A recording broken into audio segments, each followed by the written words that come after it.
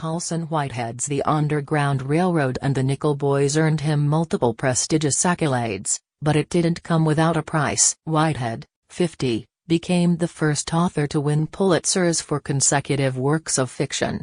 During a Q&A session for the Library of Congress National Book Festival Saturday, the author shared that writing those two books back-to-back took a toll on him.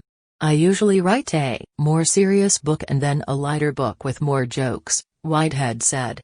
"I followed up Underground Railroad with the Nickel Boys, and those are two books that deal with heavy topics, so that was new for me, and definitely towards the end of Nickel Boys I felt very defeated." His 2016 bestseller The Underground Railroad was about a runaway teenage slave in 1850s, while The Nickel Boys chronicles the abuse experienced by black boys at a juvenile reform school and is inspired by horrific stories from the real-life Dozier School for Boys.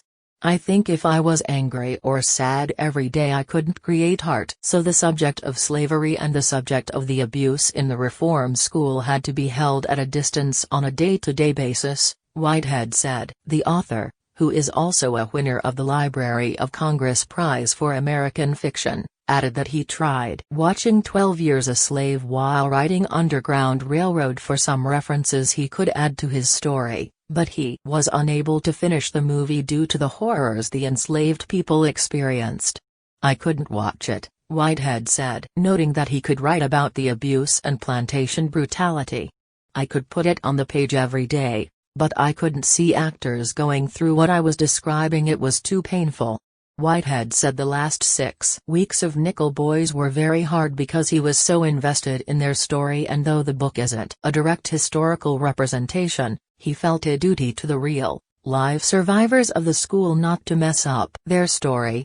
"I did feel very exhausted and depressed," Whitehead said before sharing how he was able to deal with those emotions.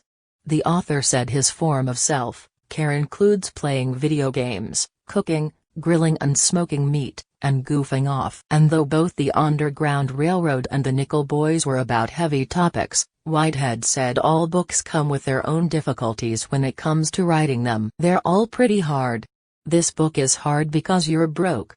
This book is hard because you're depressed.